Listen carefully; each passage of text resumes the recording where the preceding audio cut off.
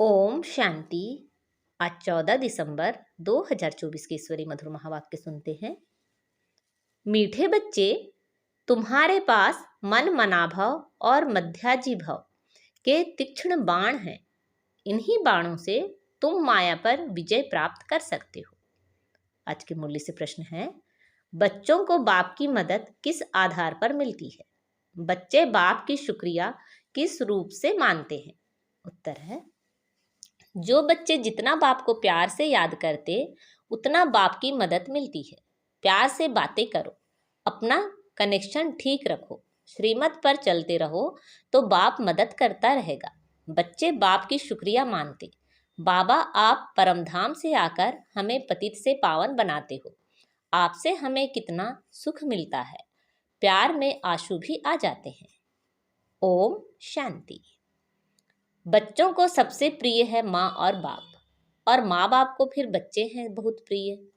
अब बाप जिसको त्वमेव मातस्य पिता कहते हैं, लौकिक माँ बाप को तो कोई ऐसे कह ना सके। यह महिमा है जरूर, परंतु किसकी है यह कोई नहीं जानते। अगर जाने तो वहां चला जाए और बहुतों को ले जाए, परंतु ड्रामा की भावी ही ऐसी है। जब ड्रामा पूरा होता है तब ही आते हैं। आगे मूवी नाटक होते थे। जब नाटक पूरा होता था तो सभी एक्टर्स स्टेज पर खड़े हो जाते थे।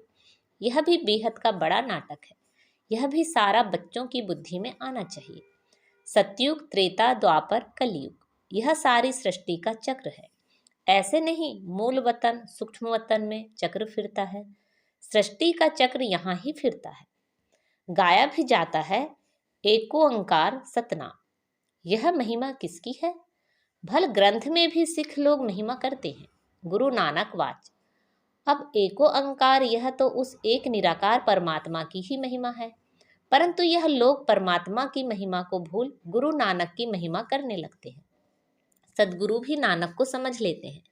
वास्तव में सृष्टि भर में महिमा जो भी है उस एक की ही है, और कोई की महिमा है नहीं।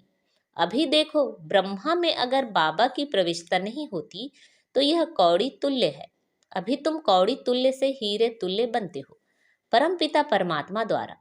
अब है पतित दुनिया, ब्रह्मा की रात्रि। पतित दुनिया में जब बाप आते हैं और जो उनको पहचान लेते हैं वह उन पर कुर्बान जाते हैं। आज की दुनिया में तो बच्चे भी धुंधकारी बन पड़ते हैं। देवताएं कितने अच्छे थे, अभी वह पुनर्जन्म लेते लेते तमो प्रधान बन गए हैं। सन्यासी भी पहले बहुत अच्छे थे, पवित्र थे, भारत को मदद देते थे। भारत में अगर पवित्रता ना हो तो काम चिता पर जल जाए। सतयुग में काम कटारी होती नहीं। इस कलयुग में सब काम चिता के कांटों पर बैठे हुए हैं। सतयुग में तो ऐसे नहीं कहेंगे, वहां यह पॉइजन होता नहीं। कहते हैं ना, अमृत छोड़ विष काहे को खाएं। विकारी को ही पतित कहा जाता है। आजकल मनुष्य तो देखो 10-12 बच्चे पैदा करते रहते हैं, कोई कायदा ही नहीं रहा है। सतयुग में जब बच्चा पैदा होता है तो पहले से ही साक्षात्कार होता है। शरीर छोड़ने के पहले भी साक्षात्कार होता है कि हम यह शरीर छोड़ जाकर बच्चा बनूंगा, और एक बच्चा ही होता है, जास्ती नहीं। लॉ मुजीब चलता है। वृद्धि तो होनी है जरूर, परंतु वहाँ विकार होता नहीं। बहुत पूछते हैं तब वहाँ पैदाइश कैसे होती है?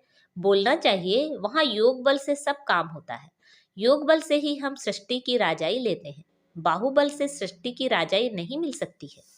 बाबा ने समझाया है, अगर क्रिश्चियन लोग आपस में मिल जाएं तो सारी सृष्टि का राज्य ले सकते हैं, परंतु आपस में मिलेंगे नहीं, लॉ नहीं कहता।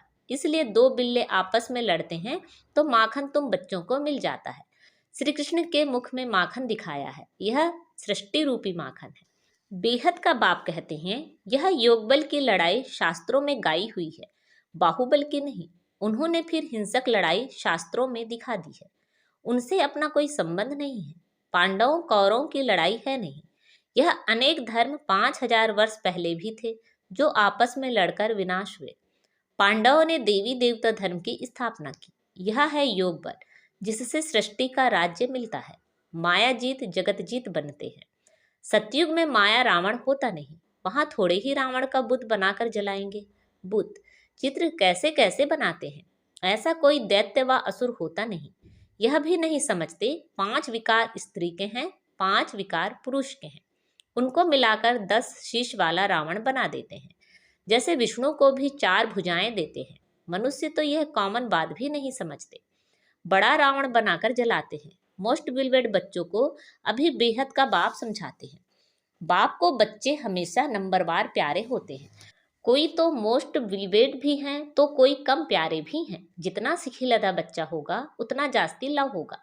जहाँ भी जो सर्विस पर तत्पर रहते हैं, रहमदिल रहते हैं, वह प्यारे लगते हैं। भक्ति मार्ग में रहम मांगते हैं ना, खुदा रहम करो, मर्सी ऑन मी। परंतु ड्रामा को कोई जानते नहीं है। जब बहुत तमो प्रधान बन जाते हैं तब ही बाबा का प्रोग्राम है आने का। ऐसे नहीं, ईश्वर जो चाहे कर सकते हैं या जब चाहे तब आ सकते हैं। अगर ऐसी शक्ति होती तो फिर इतनी गाली क्यों मिले, वनवास क्यों मिले? यह बातें बड़ी गुप्त हैं। श्री कृष्ण को तो गाली मिल ना सके, कहते हैं भगवान यह नहीं कर सकता। परंतु विनाश तो होना ही है, फिर बचाने की तो बात ही नहीं। सभी को वापस ले जाना है। स्थापना विनाश कराते हैं तो जरूर भगवान होगा ना। परमपिता परमात्मा स्थापन करते हैं। किसकी? मुख्य बात तुम ही पूछो कि यह गीता का भगवान कौन? सारी दुनिया इसमें मुझी हुई है। उन्होंने तो मनुष्य का नाम डाल दिया है। आदि सनातन देवी देवता धर्म की स्थापना तो भगवान बिगर कोई कर नहीं सकता। फिर तुम कैसे कहते हो श्री कृष्ण गीता का भगवान है? विनाश और स्थापना कराना किसका काम है? गीता के भगवान को भूल गीता को ही खंडन कर दिया है। यह बड़े ते बड़ी भूल है। दूसरा, फिर जगन्नाथपुरी में देवताओं के बड़े गंदे चित्र बनाए हैं। गवर्नमेंट की मना है गंदे चित्र रखने की, तो इस पर समझाना चाहिए। इन मंदिरों पर कोई की बुद्धि में यह बातें आती नहीं है। यह बातें बाप ही बैठ समझाते हैं। देखो बच्चियां कितना प्रतिज्ञा पत्र लिखती हैं, खून से भी लिखती। एक कथा भी है ना, श्री कृष्ण को खून निकला तो द्रौपदी ने अपना चीर फाड़ कर बांध दिया। यह लव है ना, तुम्हारा लव है शिव बाबा के साथ। इनका ब्रह्मा का खून निकल सकता है, इनको दुख हो सकता है, लेकिन शिव बाबा को कभी दुख नहीं हो सकता, क्योंकि उनको अपना शरीर तो है नहीं। श्री कृष्ण को अगर कुछ लगे तो दुख होगा ना, तो उनको फिर परमात्मा कैसे कह सकते? बाबा कहते हैं मैं दुख सुख से न्यारा हूँ। हाँ, बच्चों को आकर सदा सुखी बनाता हूँ। सदा शिव गाया जाता है। सदा शिव सुख देने वाला कहते हैं। मेरे मीठे मीठे सिखिलदे बच्चे जो सपूत हैं, ज्ञान धारण कर पवित्र रहते हैं, सच्चे योगी और ज्ञानी रहते हैं, वह मुझे प्यारे लगते हैं। लौकिक बाप के पास भी कोई अच्छे कोई बुरे बच्चे होते हैं। कोई कुल को कलंक लगाने वाले निकल पड़ते हैं, बहुत गंदे बन जाते हैं। यहाँ भी ऐसे हैं। आश्चर्यवंत बच्चा बदनती सुनंती कथंती फिर फारकती देवंती। इसलिए ही निश्चय पत्र लिखवाया जाता है, तो वह लिखत फिर सामने दी जाएगी। ब्लड से भी लिख कर देते हैं, ब्लड से लिखकर प्रतिज्ञा करते हैं। आजकल तो कसम भी उठवाते हैं, परंतु वह है झूठा कसम। ईश्वर को हाजिर नाजिर जानना अर्थात यह भी ईश्वर है, मैं भी ईश्वर कसम उठाता हूँ। बाप कहते हैं अभी तुम प्रैक्टिकल में हाजिर नाजिर जानते हो। बाबा इन आंखों रूपी खिड़कियों से देखते हैं। यह पराया शरीर है, लोन पर लिया है। बाबा किराएदार है। मकान को काम में लाया जाता है ना, तो बाबा कहते हैं मैं यह तन काम में लाता हूँ। बाबा इन खिड़कियों से देखते हैं, हाजिर नाजिर है। आत्मा जरूर ऑर्गन से ही काम लेगी ना। मैं आया हूँ तो जरूर सुनाऊंगा। ऑर्गन्स यूज करते हैं तो जरूर किराया भी देना पड़ेगा। तुम बच्चे इस समय नर्क को स्वर्ग बनाने वाले हो। तुम रोशनी देने वाले, जागृत करने वाले हो।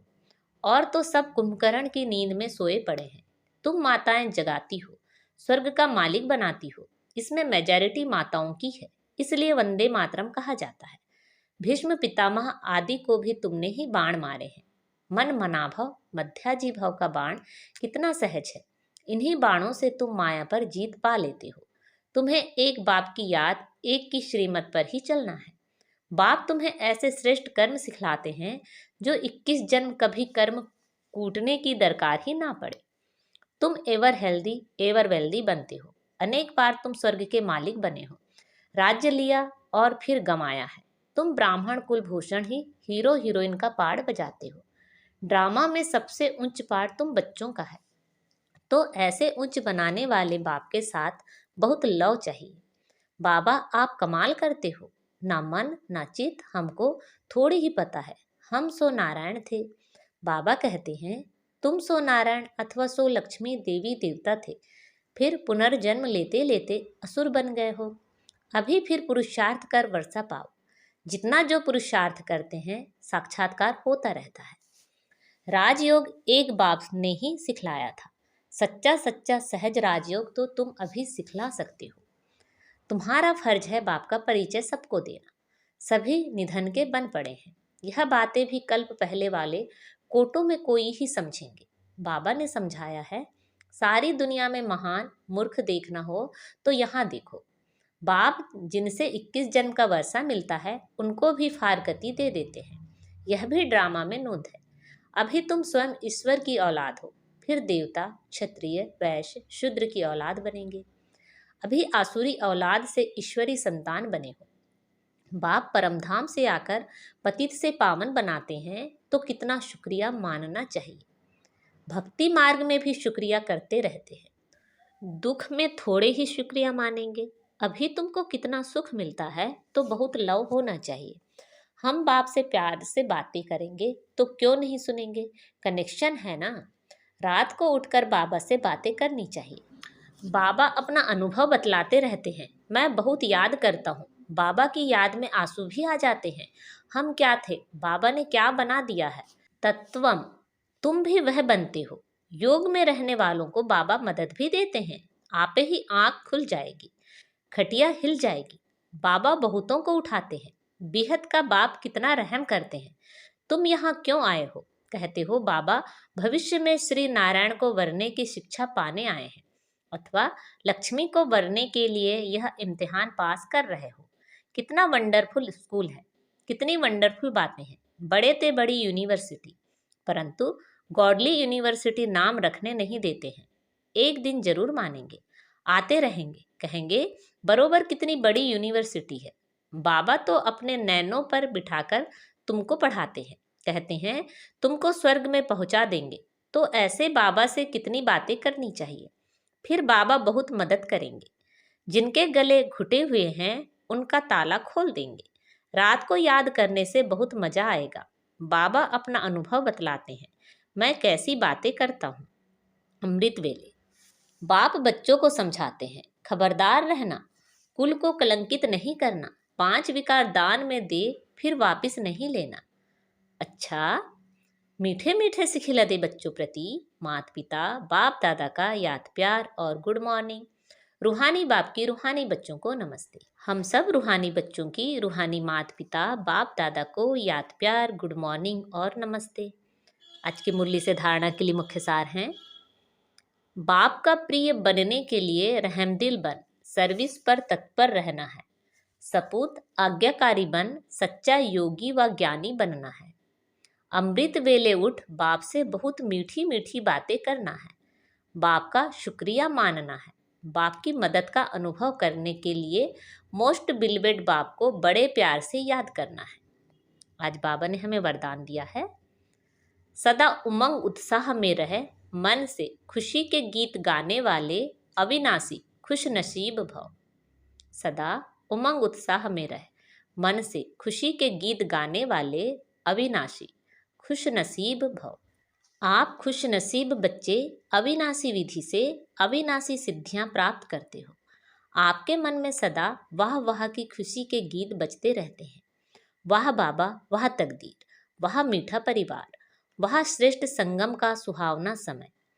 हर कर्म वाह वाह है, इसलिए आप अविनाशी खुश नसीब हो।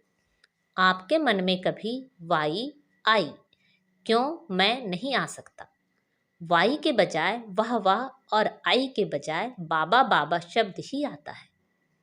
आज का स्लोगन है, जो संकल्प करते हो उसे अविनाशी गवर्नमेंट की स्टैंप लगा दो तो अटल रहेंगे।